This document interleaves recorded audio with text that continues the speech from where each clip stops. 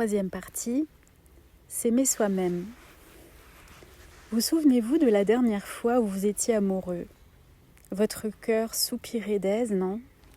C'était une sensation merveilleuse. C'est la même chose quand vous vous aimez, sauf que vous ne partirez jamais. Une fois que vous éprouvez cet amour pour vous-même, il est installé pour la vie. Aussi faut-il particulièrement soigner cette relation. Chapitre 8. Comment vous aimer? Quand vous pardonnez et lâchez prise, non seulement vous vous sentez soulagé d'un poids énorme, mais la porte de l'amour pour vous-même s'ouvre. Que vous travailliez déjà à vous aimer ou que vous vous prépariez tout juste à commencer, je vais présenter certaines méthodes qui vous aideront dans cette voie. C'est ce que je nomme mes 10 étapes, liste que j'ai envoyée à des milliers de personnes au fil des années. S'aimer soi-même est une aventure magnifique. C'est comme apprendre à voler. Imaginez que vous ayez la possibilité de voler. Ce serait fantastique, non? Commençons à nous aimer dès maintenant. Beaucoup d'entre nous, d'une manière ou d'une autre, semblent souffrir d'un manque d'estime de soi. Il est très difficile de s'aimer car chacun porte en soi ses soi-disant défauts qui l'empêchent de s'aimer tel qu'il est. Nous rendons généralement cet amour conditionnel et, par suite, dans une relation, nous rendons aussi l'amour partagé conditionnel. Nous avons tous entendu dire qu'on ne peut réellement aimer autrui tant que l'on ne s'aime pas soi-même. Alors, après avoir vu les barrières que nous avons érigées par nous-mêmes, voyons comment nous propulser à l'étape suivante. 10 façons de s'aimer soi-même. 1. L'essentiel est sans doute de cesser toute critique envers soi. Je parle de la critique dans le chapitre 5. Si nous nous acceptons tels que nous sommes, dans quelque situation que ce soit, nous pouvons rapidement modifier notre existence. Quand nous nous croyons dans un rôle de mauvais, bien sûr, c'est déjà moins facile. Tout le monde change, tout le monde. Chaque jour est un jour nouveau et nous nous comportons un peu différemment de la veille. Notre capacité à nous adapter et à suivre le courant de la vie est notre pouvoir. Ceux qui ont grandi dans des foyers perturbés sont souvent devenus des gens très responsables qui ont l'habitude de se juger sans merci. Ils ont connu très jeunes la tension et l'anxiété. Le message qu'ils reçoivent durant cette enfance difficile est « Il y a quelque chose qui ne va pas en moi ». Pensez un instant aux mots que vous employez quand vous vous faites des reproches. Les expressions que j'entends le plus souvent sont « idiot », bon à rien, inutile, affreux, brouillon, minable, etc. Employez-vous ces mêmes mots à votre égard? Il est vraiment très important d'établir un sentiment de mérite et d'estime de soi, car en ne nous sentant pas suffisamment bien, nous entretenons la sensation d'être malheureux. Nous nous créons mal-être ou douleur.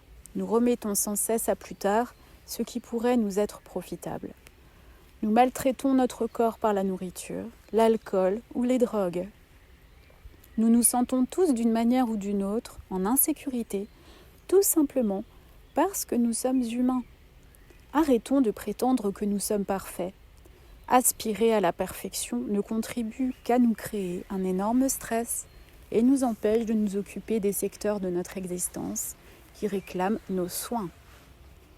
Découvrons plutôt notre créativité, notre individualité et apprécions-nous pour les qualités qui nous distinguent des autres.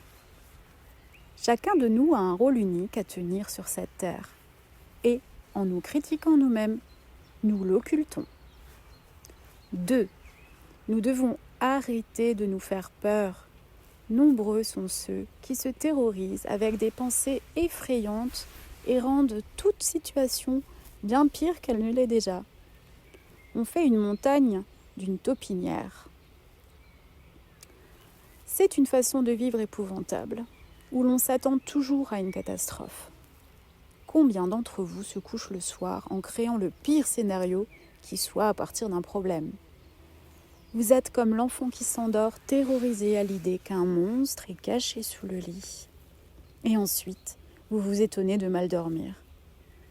Enfant, vous aviez besoin de votre mère ou de votre père pour vous rassurer. À présent, vous êtes adulte et vous savez que vous avez la capacité de vous rassurer vous-même. Les malades adoptent souvent cette attitude. Ils vont visualiser le pire quand ils n'organisent pas déjà leur enterrement. Ils remettent leur pouvoir aux médias et se considèrent comme des statistiques. Vous pouvez aussi avoir ce type de comportement dans le cadre de vos relations. Telle personne ne vous téléphone pas et aussitôt, vous vous jugez indigne d'amour et décidez que plus jamais vous ne tomberez amoureux. Vous vous sentez abandonné, rejeté. Il en va de même pour votre travail. Une remarque désobligeante et vous vous voyez déjà au chômage. Ces pensées paralysantes s'accumulent dans votre esprit. Rappelez-vous que ces réflexions nées de la peur sont des affirmations négatives. Si vous avez tendance à ressasser une pensée ou une situation négative, cherchez une image par laquelle vous aimeriez vraiment la remplacer. Il peut s'agir d'un beau paysage, d'un coucher de soleil, de fleurs, d'un sport ou de toute autre chose que vous aimez. Zappez sur cette image chaque fois que vous vous surprenez à vous faire peur. Dites-vous, non, je ne veux plus penser à cela. Je vais penser à un coucher de soleil, à des roses, à une chute d'eau, à ce que vous avez choisi. En persistant dans cette démarche, vous finirez par rompre l'habitude. Comme pour tout, il faut s'entraîner. 3. Une autre méthode consiste à être indulgent et gentil avec soi-même. La patience est un instrument très puissant. Nous sommes trop nombreux à espérer la récompense immédiate. Nous voulons tout de suite. Nous n'avons pas la patience d'attendre quoi que ce soit.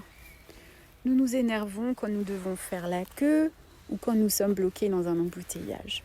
Nous voulons toutes les réponses et les bonnes choses maintenant. Trop souvent, notre patience rend la vie impossible aux autres. L'impatience est un obstacle à l'apprentissage.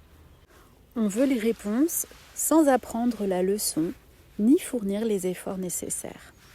Représentez-vous votre esprit comme un jardin. Au début, un jardin n'est qu'une parcelle de terre en friche.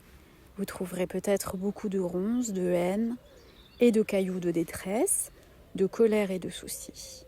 Un vieil arbre appelé peur a besoin d'être taillé. Une fois que vous avez nettoyé tout cela et que le sol est bien enrichi, vous y semez des graines et plantez des fleurs de joie et d'abondance. Le soleil les réchauffe et vous les arrosez, les nourrissez d'engrais et leur prodiguez soin et amour. Au départ, il ne semble pas se passer grand-chose, mais vous persistez à prendre soin de votre jardin. Si vous êtes patient, il sera bientôt en fleurs. Il en va de même pour votre esprit. Vous sélectionnez les pensées qu'il faudra entourer de soins et avec la patience, elles grandiront et contribueront à créer le jardin d'expérience que vous souhaitez. Nous commettons tous des erreurs. Il est normal de commettre des erreurs quand on apprend. Ainsi que je l'ai déjà dit, nombre d'entre nous sont frappés de la malédiction du perfectionnisme. Nous nous refusons une occasion d'apprendre réellement quelque chose de nouveau parce que si nous le faisons à la perfection dans les 3 minutes qui suivent, nous nous jugeons incapables. Toute leçon exige du temps. Quand vous faites une chose pour la première fois, vous ne vous sentez pas dans votre élément. Afin de vous montrer ce que je veux vous dire, j'aimerais que vous preniez un instant, maintenant, pour croiser les doigts. Il n'y a pas de bonne ou de mauvaise façon de le faire. Croisez les doigts et remarquez quel pouce est dessus. À présent, ouvrez les mains et recroisez-les avec l'autre pouce sur le dessus. Cela vous paraît sans doute bizarre, peut-être même inadéquat. Croisez-les de nouveau, comme la première fois, puis la seconde, puis la première, puis la seconde et encore. Restez ainsi. Qu'éprouvez-vous à présent ? Ce n'est plus aussi bizarre, n'est-ce pas ? Plus aussi inadéquat. Vous vous y habituez. Peut-être même apprendrez-vous à le faire des deux manières. La même chose se produit quand on aborde une chose d'une façon nouvelle. Cela nous semble différent et aussitôt nous jugeons. Pourtant, avec un peu d'entraînement, cela peut devenir normal et naturel. Nous ne nous aimerons pas inconditionnellement en un jour, mais nous pouvons nous aimer un petit peu plus chaque jour. Tous les jours, nous nous offrons un peu plus d'amour et en 2 ou 3 mois, nous aurons accompli un grand pas sur le chemin qui mène à l'amour de soi. Aussi, les erreurs sont-elles des tremplins. Elles sont précieuses, car elles vous enseignent. Ne vous punissez pas quand vous commettez une erreur. Si vous êtes prêt à apprendre et à grandir grâce à elle, elle représentera une étape vers votre épanouissement. Certains travaillent sur eux-mêmes depuis très longtemps et se demandent pourquoi ils continuent à se heurter à des problèmes. Nous devons constamment consolider ce que nous savons et non nous rebeller et baisser les bras en disant « À quoi bon ?» Soyons tolérants et gentils envers nous-mêmes pendant notre apprentissage, quel qu'il soit. Rappelez-vous le jardin. Quand les mauvaises herbes poussent, arrachez-les aussi vite que possible. 4. Nous devons apprendre à traiter notre esprit avec douceur. Ne nous haïssons pas à cause de nos pensées négatives. Considérons que nos pensées nous façonnent et non qu'elles nous détruisent. Nous n'avons pas à nous fustiger à cause de nos expériences négatives. Elles sont des leçons. Être doux avec soi-même signifie renoncer aux reproches, à la culpabilité, au châtiment, à la douleur. La relaxation peut aussi s'avérer très utile. C'est un moyen essentiel pour que notre pouvoir s'écoule en nous, car si nous sommes tendus et inquiets, nous coupons notre flux d'énergie. Quelques minutes par jour suffisent pour permettre au corps et à l'esprit de se détendre. À tout moment, vous pouvez prendre quelques profondes inspirations, fermer les yeux et libérer la tension, quelle qu'elle soit, qui vous étreint. En expirant, centrez-vous et répétez-vous silencieusement « Je t'aime, tout va bien ». Vous remarquerez le calme qui s'installe en vous. Vous créez des messages qui vous disent que vous n'avez pas besoin de vivre dans un état de tension et de peur permanent. Méditez quotidiennement. Je vous conseille également d'apaiser votre mental et d'écouter votre sagesse intérieure. Notre société a fait de la méditation une chose mystérieuse et difficile à atteindre. Or, ce procédé est l'un des plus anciens et des plus simples qu'il soit.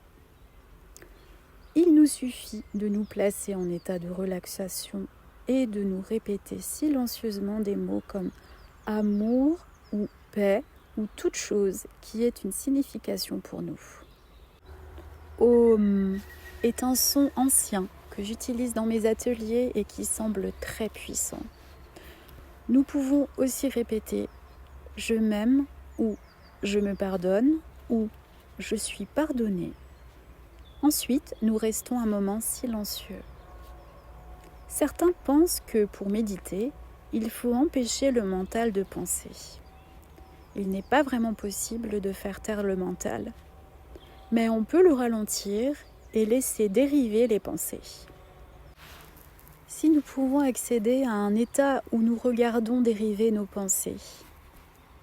Tiens, voilà une pensée de peur, de colère. Maintenant, c'est une pensée d'amour. Puis, un désastre. Une idée d'abandon, de joie. Sans leur accorder la moindre importance, cela montre que nous commençons à utiliser avec sagesse notre étonnant pouvoir. On peut commencer la méditation quand on le souhaite et la laisser devenir une habitude. Pensez-y en termes de concentration sur votre pouvoir supérieur. Vous vous reliez ainsi à vous-même et à votre sagesse intérieure. Vous pouvez choisir la forme qui vous plaît. Certains se livrent à une sorte de méditation pendant leur jogging ou une promenade. Une fois de plus, ne vous croyez pas en tort parce que vous le faites différemment. J'adore, quant à moi, m'agenouiller dans le jardin et creuser la terre. C'est une excellente forme de méditation pour moi. Visualisez les résultats optimistes. La visualisation est également très importante et les techniques abondent. Le docteur Carla Simonton conseille aux cancéreux de nombreuses méthodes qui donnent d'excellents résultats. Avec la visualisation, vous créez une image claire et positive qui renforce notre affirmation. Beaucoup d'entre vous m'ont écrit à propos du genre de visualisation qu'ils pratiquent avec leur affirmation. Il est important de se rappeler que la visualisation doit être compatible avec ce que vous êtes, sinon elle échouera. Par exemple, une femme atteinte d'un cancer visualisait les cellules saines tueuses de son corps en train d'attaquer le cancer et de le tuer. Quand elle avait fini, elle doutait de sa visualisation et avait l'impression qu'elle ne lui convenait pas. Aussi lui demandai-je : « Êtes-vous une tueuse ? Personnellement, je n'ai aucune envie de créer une guerre dans mon corps. » Je lui ai suggéré de changer de visualisation et d'en trouver une moins violente.